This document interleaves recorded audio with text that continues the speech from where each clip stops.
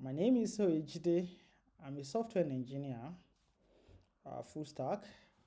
I have experience at both backend and front-end technology, and equally have good experience at using some generative AI model, and I have experience in machine learning as well. I've used couple of programming languages like Java, Python, JavaScript, Node.js. And here I just want to show present you like a domain different design that you can use this and in your application. Maybe when you want to do you want to start a new project. Of course, for a big application, you may decide to adopt it, update it, modify it, and use it for your own business use case. When we talk about domain-driven design, I'm not going to talk about what is domain-driven design, trying to explain the details. I just want to show you the project structure, and I'm not going to go into details about how to write the code, but rather the infrastructure, the design of the component. So here I have six major components here in domain-driven design. This is a Java-based application. This is a Spring Boot-based application. But I can come up with the design pattern. I can equally have produced a different video for Python, for JavaScript as well, that I do use for my day-to-day software programming. And we have six different structure here. We have the application, we have the command, we have the domain, we have infrastructure, and the interface here. Of course, this is the entry point of a Spring Boot application. This is where the application start from. When you look at here, I think the first thing is to identify your domain. Your domain. And when we are talking about the domain, different features that your application is going to have. This is what I actually classified as domain here. And of course, you may have different kind of domain. And for example, in this project, I have user. I have another domain called entity. I have another domain called phone, which I manage specific domain features there. For example, in user domain, I manage different operation that has to do with the user. So I'm going to start by identifying the entity. Since I'm using like object relational mapper, the object relational mapper, we have it in every programming language, whatever for example, in Django, we have the Django model that you can use to interact with your database object. So now the domain, this is where your repository and the entity is going to be. For example, I have phone here, I have my repository here. I'm just talking about this in the context of a Java-based application. And when you use like this phone number status, this is like entity class. This represents the tables in the database. This is because Java is object oriented. Is everything deals with objects. So instead of interacting with a database table, write database specific native query. I'm using JPA. So of course I'm going to be interacting with the Java objects, which the JPA we actually have like some sort of API that I can use to interact with the database. So I just want to explain the project structure. So for each of the domain, for example, in the domain, which I have entities, I have phones, and I have users. Each of these have its own repository. For example, here, this is the entity classes for the user, which represent the table in the database. And this is the repository for it. And take note that this repository, all the operation that has to do with user, I need to put them here. This is a pure interface. This is a Java interface. It has no framework specific implementation. This is how the domain different design should be. And of course, you can give me your comment. You can give me some sort of a comment, though this can be improved. But this is just a basic structure that you can actually take something from and equally expand it and provide a more better approach. So I'm not saying this is the final solution, this is the final delivery, but this is what you can use to start up your project, especially when you want to handle large project. Uh, in each of the domain, I have enums. These are the enums that are actually common to this domain. For example, user, I'm referring to user as domain now because I need to handle different operations that has to do with user. Because if you come to my entity class here, I make use of some enums. So these enums relate to this user, so I need to classify it under this user, right? And when you look at this command, these enums that I need to use in the as a communication object and as well as in my user entity, those are the one I put in the commands here. But it doesn't mean that you have to have this command.enums in every of your domain. So if you look at here, look at user domain. User domain have an interface that is going to be communicating to database. This is not a framework specific. It is a pure Java interface. So this is how the domain should be. This is what I use in my project. In the entities, I equally have in the entity I have three different table: entity user, invited, and the entities. I call it entities. Please don't be surprised that I call it entity, because that is just the name that I decide to use for it. Maybe I can call it a different name so that it will not confuse you with this entity in Java. So now each of these have its own repository. For example, entities have its own repository. This is a pure Java interface, as I've explained in the user section of this domain. So I have three different domain here. The three domain I have entities here, I have the phone, I have the user here. This domain, this is where your repository will be. All the function, if you need to write any database specific operation, you need to put them in the here. You need to define a pure interface here that show what you are expecting, what you need to pass as query for whatever, but you are not going to write a database specific query in this domain. Now, when you now want to write a database specific query, for example, I'm using Spring Data JPA as my infrastructure to communicate and interact with the database. So in my entity, that's why I call this one entities JPA repository. Take note, in the domain layer where I have a repository, I call it entity repository, because this is the one I'm going to be using directly at my application layer to interact with the database.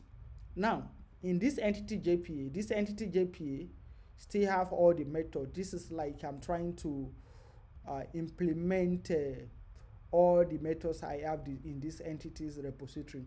Of course, this extends JPA repository, and JPA repository provide me the ability to do all sorts of things like this. I can find by CSC number based on the column's name. I can find by UID.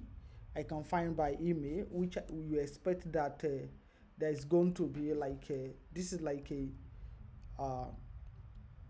JPA query, right? But using the Spring Data version, Spring Data pattern. This is like a JPA query I'm writing directly here. So, which means that all the functionality here, I've actually override them. I've actually implement them here, right? So that whenever I inject this into the application, it will work fine. The same thing applicable to phone. When you come to phone, anything that has to do with the phone will be here. This is user. When you come to user, anything that has to do with user will be here as well, right? Now, at the service layer, when you come to the service layer, this is application, right? I have phone. I have phone. I have entity. This is a service layer. This is where you now write your service. This is where you now say, okay, I have a entity service, and this is the implementation. Your DTO mapper for specific entities, for example, let's say this entity is going to be inside the application, right? And if you look at it here, my communication model that has to do with the phone, for example, this is my entity phone. My communication model, both the request and the response communication model, will be inside the phone. It will be inside the application. If you look at the application, look at it. This is my domain. The domain has application called phone. I mean, my domain called phone, right? It has this communication model, and it has the service and the utilities that I need to use in this service, right? I put it here, right? And there's going to be like some sort of mapping, data transfer object converting from entity to DTO. I actually put it here, and converting from DTO to entity. So specific mapper that has to do with this specific domain, I need to put it here. So that, because I don't want to go to another directory and be looking for the mapper that is specifically designed for example, a domain phone. The same thing applicable to user.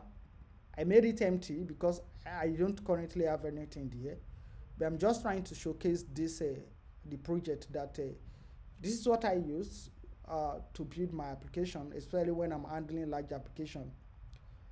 Though in the other project, I've actually add a lot of improvement to it. You can look at it, you can borrow some idea from it, you can do the implementation, whichever one you want to do. So now if you look at application, this is where the service related operation, you'll be able to carry it out. And when you look at phone here, phone, for example, the phone service here, right? This is where I inject my phone repository phone. So if you look at it, I'm not injecting JPA repository directly, right?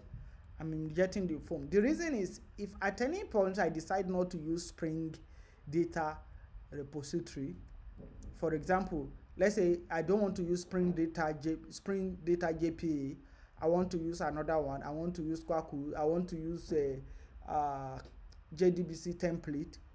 So I don't have to change anything again. All I need to change is the infrastructure, come to infrastructure. Instead of this JPA entity, change it to something else. And that something else, we still need to extend this.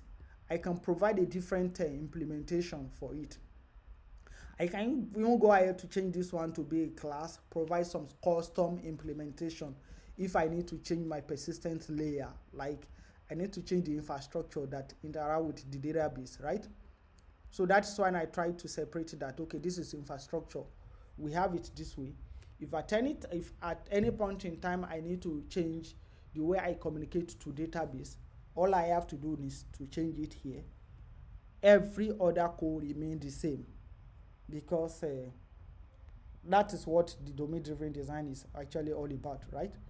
So I try to maintain like a single responsibility principle as much as possible.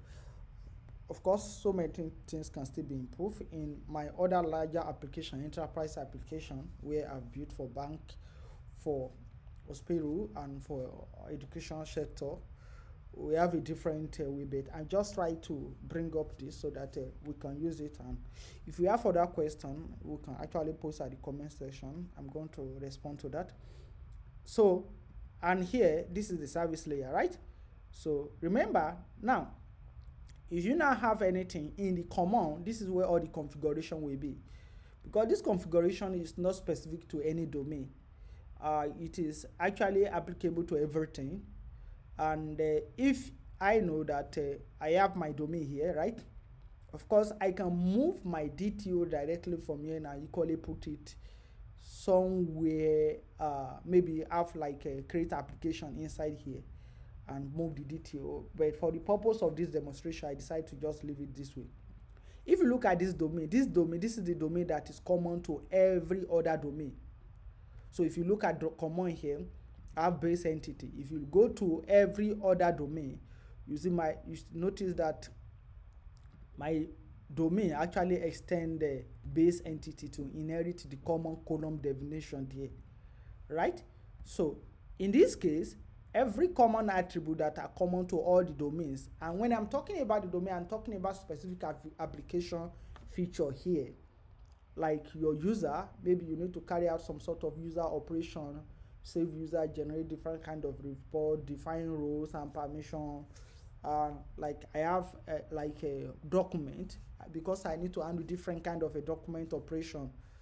That is another domain. You need to understand your domain context, the scope of each of the domain, so that you'll be able to give it a precise name, and you'll be able to scope it efficiently. But anything that is common to all the domain will goes here.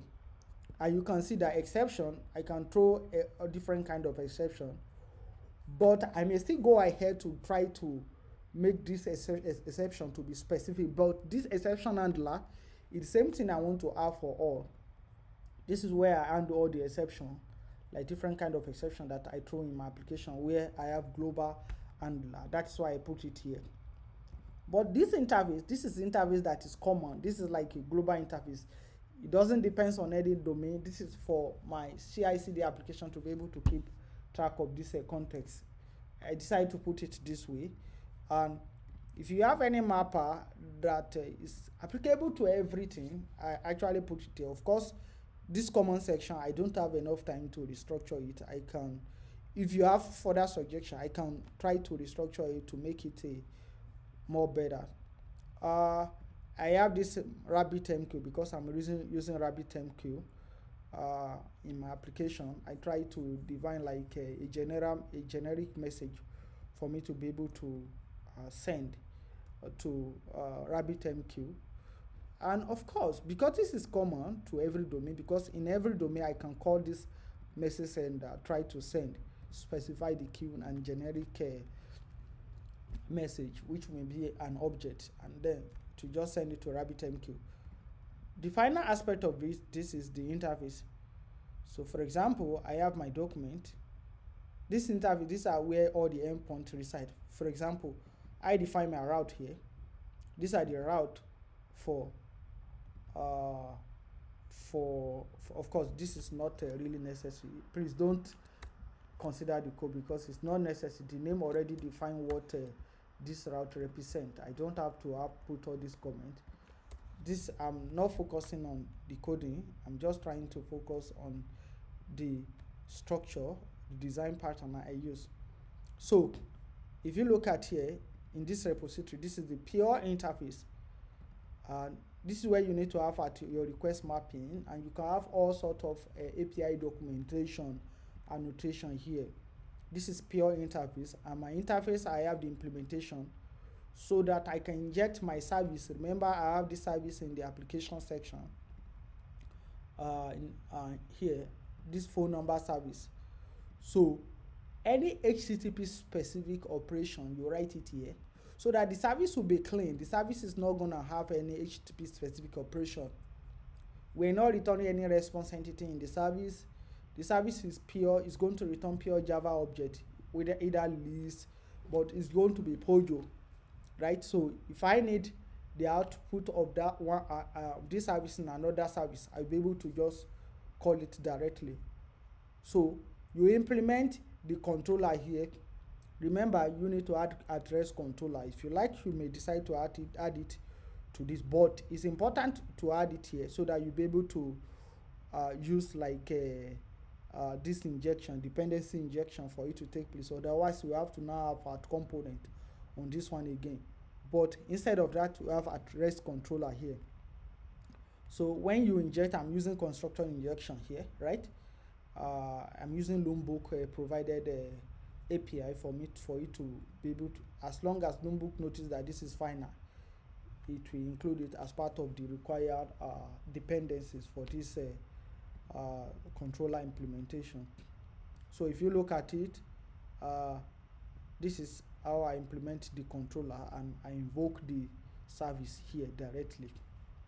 Remember, I'm not writing code in the controller. This is the main controller, a pure interface. So if what I used to do is I can go ahead to define all this interface, define the endpoint, the communication object, the request, the response, define it so that developer can try to extend and try to just go ahead with the implementation. So by defining it, pushing this code online, you already know the contract that you should be expecting, like your request payload and the response that should be returned. So during the implementation, developer can just go ahead to write the service and just implement it. For example, if you come to like this entity here, in this interface here, this document, right? This document is a pure interface. If you look at it, no implementation yet. So developer can decide to write a service like document service, try to implement this. But this is the domain-driven design that I usually use for my big application. If I'm handling large application, I use this. I use domain-driven design when I'm writing Python application as well. Especially Django actually support that a lot, and this is the pattern I use. But even with Django application, I use domain-driven design as well with Django application. So this is the entire project structure. We have the interface, the infrastructure, the domain, application, and the command. Remember, this command is not. This does not depend on any domain. It is actually something that are shareable among various domains, right? So this is a sample project I came up with, and it's working perfectly. Let me try to run it so that you can see it, that it is working. If you need like a complete project, maybe you want to use it, I can actually upload it to my Git repository, public Git repository, and share. Let me hear your comment. If I start this, and of course this project I'm using multi-tenancy, which means that this same project can connect to multiple database. Different requests can be directed to different database. But this is not what I want to talk about now. I just want to show you that this is actually working fine. Even my interface that has no implementation document, when the developer see this, developer already know that, oh, this is what I'm going to submit, this is what I'm going to send, right? So yes, this is it. This is the design I'm using for my enterprise application. Yeah. Thank you. Whatever comment you have, you can just post it. I'm gonna respond to all your comments. I did not talk about the pattern you need to use for like your coding pattern here. What I just focus on is to show the domain-driven design pattern here. So thank you.